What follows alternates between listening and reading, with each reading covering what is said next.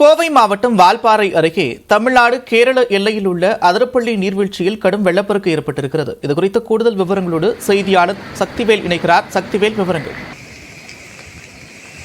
அதாவது கோவை மாவட்டம் பொள்ளாச்சி அடுத்துள்ள மேற்கு தொடர்ச்சி மலை பகுதிகளில் அமைந்துள்ள வால்பாறை, சின்னக்கல்லர், சோலையாறு உள்ளிட்ட பகுதிகளில் கடந்த சில தினங்களாகவே தொடர்ந்து கனமழையானது பெய்து வருகிறது. இந்நிலையில் தமிழகத்திலேயே உயரத்தில் இரண்டாவது பட்டியலில் உள்ள 160 அடி கொண்ட சோலையார் அணையின் நீர்மட்டம் இன்று ஒரே நாளில் 15 அடியாக உயர்ந்துள்ளது. இந்நிலையில் வால்பாறை அருகே உள்ள தமிழக கேரள பகுதியில் அமைந்துள்ள கேரள பகுதியில் தொடர்ந்து கனமழை பெய்து வருவதால் சாலக்குடி செல்லும் வழியில் உள்ள அதிரப்பள்ளி நீர்வீழ்ச்சியில் கடுமையான வெள்ளப்பெருக்கு ஏற்பட்டுள்ளது. இந்த அதிரப்பள்ளி நீர்வீழ்ச்சியில் ஆர்ப்பரித்து கொட்டி வரும் தண்ணீரை அப்பகுதிக்கு சென்ற சுற்றுலா பயணிகள் மிகுந்த மகிழ்ச்சியுடன் புகைப்படங்கள் எடுத்து ரசித்து செல்கின்றனர்.